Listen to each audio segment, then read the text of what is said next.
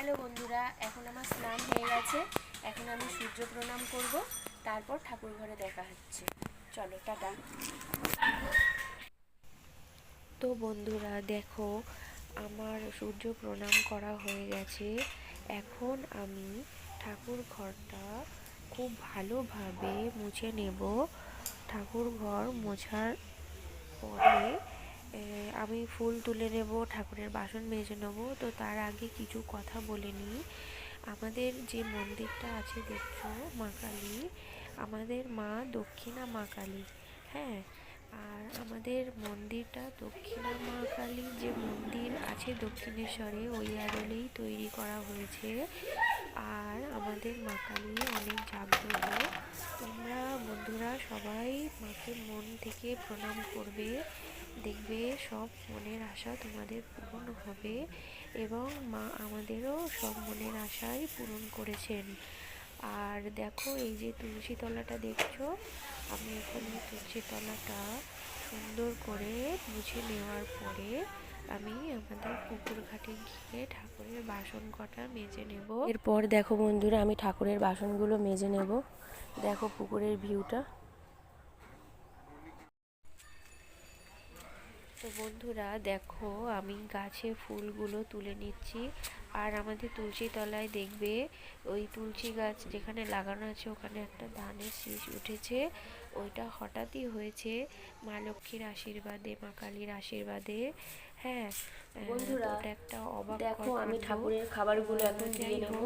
এইবার দেখো, আমি খেতে বসে চলে এসেছি। ঠাকুরের থালাগুলো রেডি করে নিয়েছি, ধূপ প্রদীপ করে নিয়েছি, আর তার মধ্যে ঠাকুরের ফুলটাও তুলে নিয়েছি।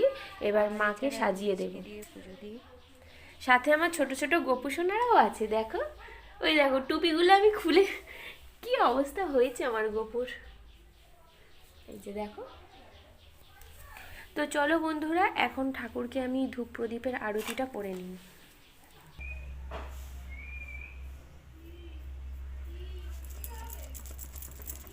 তো বন্ধুরা দেখো, আমি ঠাকুরকে ধূপ প্রদীপের আরতিটা করে দিচ্ছি। আর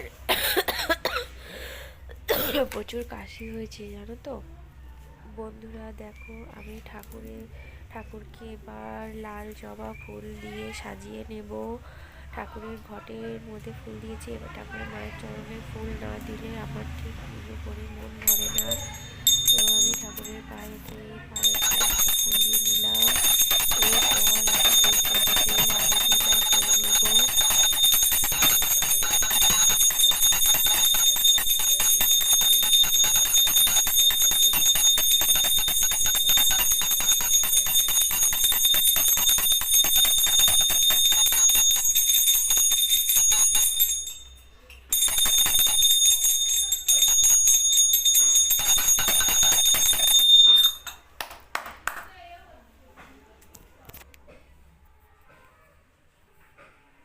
তো বন্ধুরা, পুজোটা করে নিই এবার মাকে মন দিয়ে, তারপর দেখা হচ্ছে।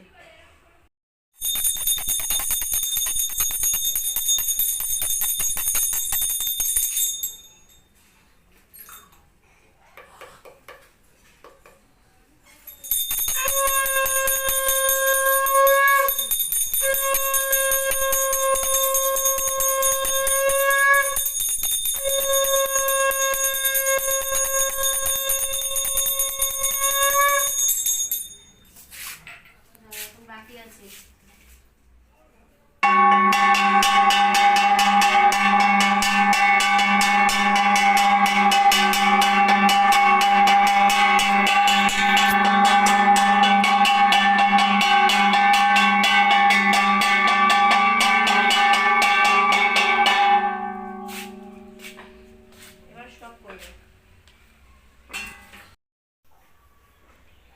তো বন্ধুরা দেখো, আমি ঠাকুরের পুজো করে নেওয়ার পর আমি মায়ের কাছে, মায়ের চরণে মন ভরে নমস্কার করছি, প্রণাম করছি। এরপর আমি সোজা যাব রান্নাঘরে, ভাত বাড়বো গিয়ে, কারণ আমার শাশুড়ি মা আর বড় দাদু ওয়েট করছে, ওদের খুব খিদে পেয়েছে। এরপর আমি ভিডিও করতে গিয়ে দেরি হলে সেটা আমারই খুবই খারাপ লাগবে। তো আমি এই পুজো করার শেষে যাবো রান্নাঘরে। ভিডিওটা তোমাদের কেমন লাগলো সেটা আমাকে অবশ্যই কমেন্টে জানিও। আর বন্ধুরা পাশে থেকো, আমিও তোমাদের পাশে আছি। আমার চ্যানেলটা সাবস্ক্রাইব করে দিও, পাশে থাকা বেল আইকনটা প্রেস করে দিও, একটা লাইক কমেন্ট করো, পারলে শেয়ার করো। আর অবশ্যই অবশ্যই আমার পাশে থেকো, আমার চ্যানেলটা যাতে আমার আরও পুজো বড় হয়ে গেছে হয়, বন্ধুরা, আমাকে সাপোর্ট দিও।